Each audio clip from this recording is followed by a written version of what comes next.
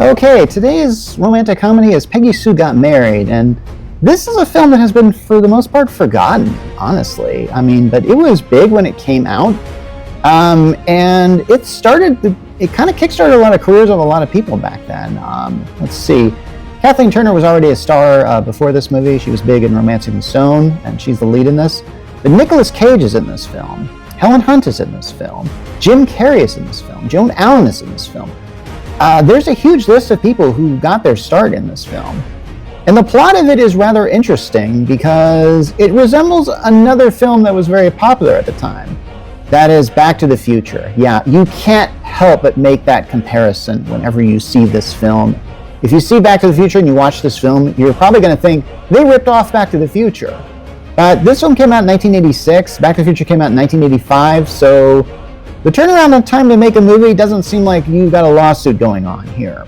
But what I would have to say about this film is it's a romantic comedy, and it does feature like time travel aspects of it. Yeah, there's a bit of a time travel plot line going on here.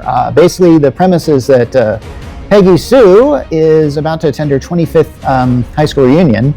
So I'm assuming that this takes place in 1985, and during this reunion, she passes out.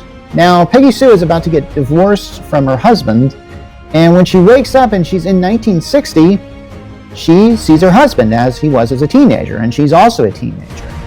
Now, this is where the aspect of Back to the Future gets involved, because Peggy Sue begins to realize that if she makes different choices, different things will happen. And so she discovers that she can, of course, change the future.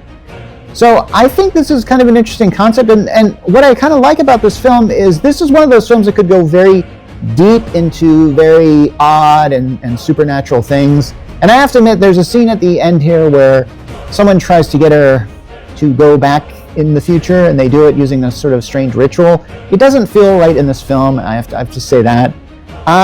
This is a film that I think, I don't know, this is one of those times where it's like there isn't really an explanation as to what happened to her, why she passes out and goes into the past. There's utterly no explanation for this. It just kind of happens there by happenstance, I guess, and the whole thing could actually be a dream, and I realize that's a huge spoiler.